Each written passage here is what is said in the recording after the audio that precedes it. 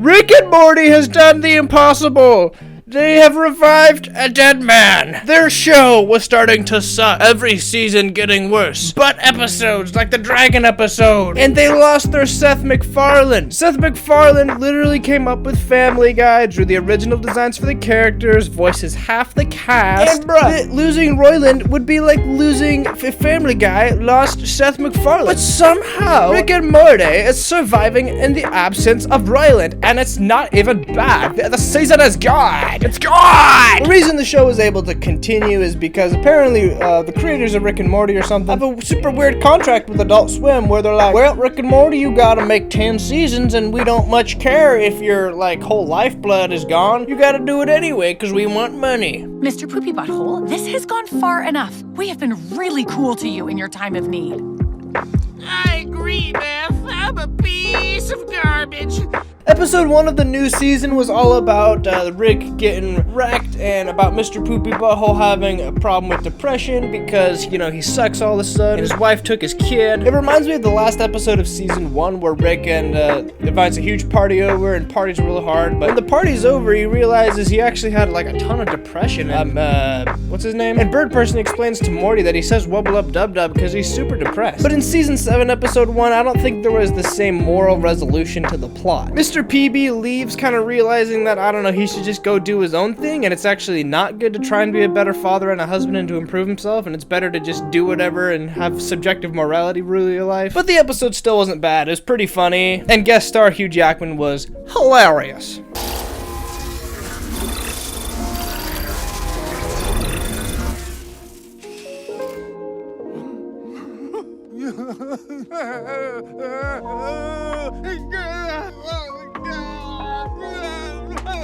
Wait, no!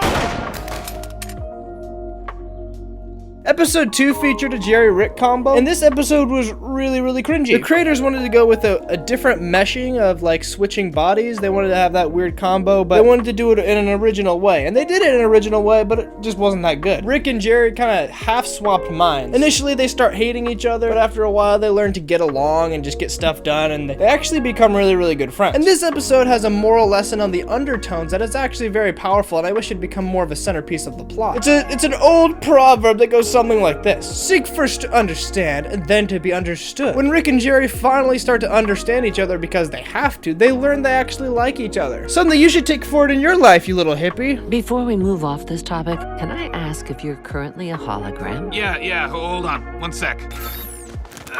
Left a bag of Funyuns down there last week. Air Force Wong was entirely forgettable. It reminds me of the Keeley and Tariel relationship in The Hobbit. We don't really know what's going on, and we want to throw a romance story in here, even though these two characters don't integrate well. And so the President and Wong start hitting on each other, but then they don't. Unity comes back, and we're expecting like an interesting resolution or a building of Rick's relationship with Unity. Maybe Rick has learned to grow, maybe Unity has learned to grow. But they kind of just grew in their own separate directions, and they realized they still weren't compatible with each other, and they're kind of continue to go their separate ways. The episode accomplished nothing for the plot and wasn't even all that funny. Who's ready for Rick's famous spaghetti? I love Spaghetti Thursdays! The spaghetti episode was morally backward. I've ranted about this episode before, but it's very nihilizingly. The whole plot is about this planet where people, when they commit suicide, their guts turn into spaghetti. And so they bring up a massively deep moral discussion around euthanasia and suicide. And in the conclusion, Rick just goes, Morty, if you're wondering if this was a dialogue on right or wrong, the answer is I don't care. Which either means Rick is a proponent of subjective morality, or he's a nihilist, where nothing matters, which means morality doesn't exist at all. Fortunately, in the conclusion, though, they do stop eating the spaghetti and move on to roast beef, which is also mysteriously probably evil, but whatever.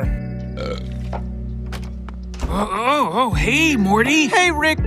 You drunk yet? You're my little buddy. You know that? It's you and me, Morty. Rick and Morty, 100 years, forever. Yeah, pal. Rick and Morty, 100 years, forever. Get off me. What are you doing? In episode 5, Rick C-137 kills Rick Prime, but this episode felt way rushed considering how much build-up this has been. We were first introduced in the last episode of season 1 to Evil Morty, and there were long periods of time in which he didn't even show up, so we were just dangling on this expectation for so long, like what would happen with Evil Morty.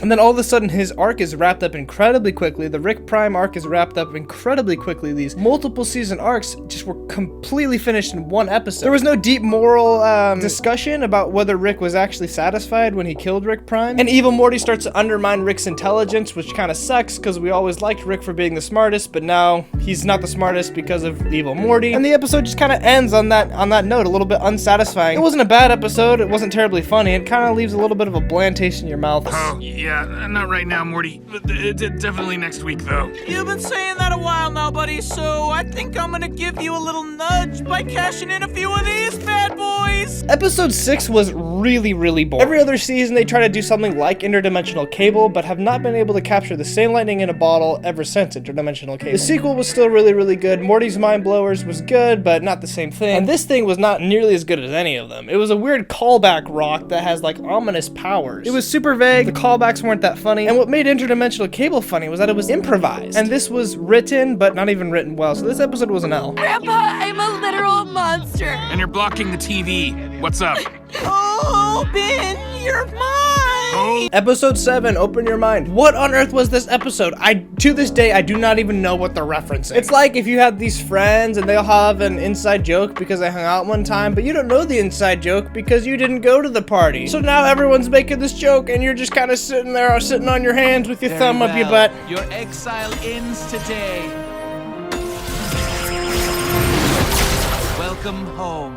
Water, tea. If you thought the last 2 episodes were bad, this one will take the cake. I actually think this is the worst episode in the show's history. I think the dragon episode used to have that, not even because of all the constant sexual jokes, but because there was no story and it was just so bland. In this episode, they literally just sub out any of their usual super complex plots for explosions. And they didn't even put Rick in the plot, which sucked. It was literally just Ice-T running around making weird jokes about like numbers and letters and also a lot of rap jokes. I don't see how those things are terribly correlated, and it just was not that funny. But don't you worry, the show steps it up in the last few episodes.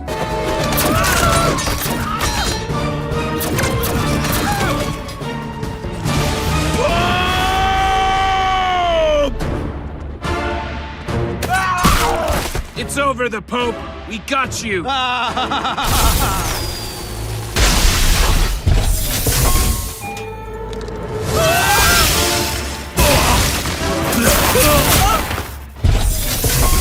In the second to last episode, Rick discovers that the afterlife exists, and it's like Valhalla. So he dies and he goes there, and there's like a bunch of Vikings and stuff, and he learns how to escape Valhalla. Somehow the Pope gets cosmic power, but Rick has to fight the Pope and defeat the Pope if he wants to come back from this eternal cycle of dying, going to Valhalla, and coming back. I mentioned this in a short, but between 1950 and 2020, they estimate that some 200,000 young kids have been sexually assaulted by Catholic priests in that time period. 200,000? And while I crapped on Rick for being an atheistic nihilist previously, I have to give him this one because he's right. You can honestly, that's fine. You earned that one. And in the end, Rick vanquishes the Pope, and I ain't even tripping. That's funny as heck, bro.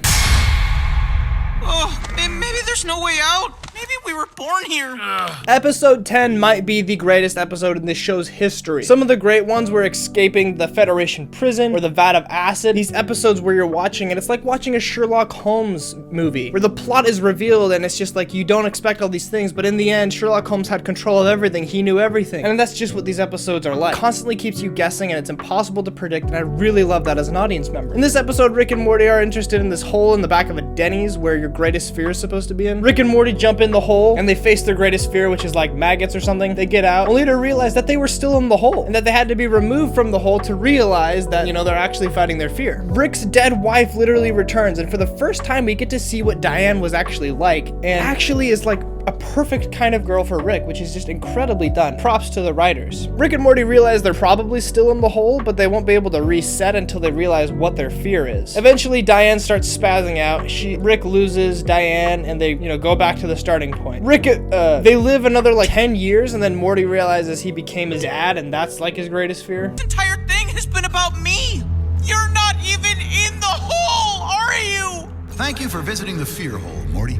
And then finally, Morty realizes his greatest fear was that Rick would just move on without him. Upon realizing this, he finally gets out of the hole and realizes Rick never dove in after it. It's incredibly complex and super interesting. It keeps you guessing the whole time. So somehow Rick and Morty managed to make a season against all the odds that definitely is not the worst season and contends with some of the best. I don't know if I'd put it above the first or second seasons, but it's a really good group of episodes. Highly recommend. Go away. Bye-bye. Morty, how was it? Was it spiders? Oh, you didn't go in at all? No, it's a one-person ride. You can't face two fears at the same time. If my fear was fire and yours was water... I get it. It's fine.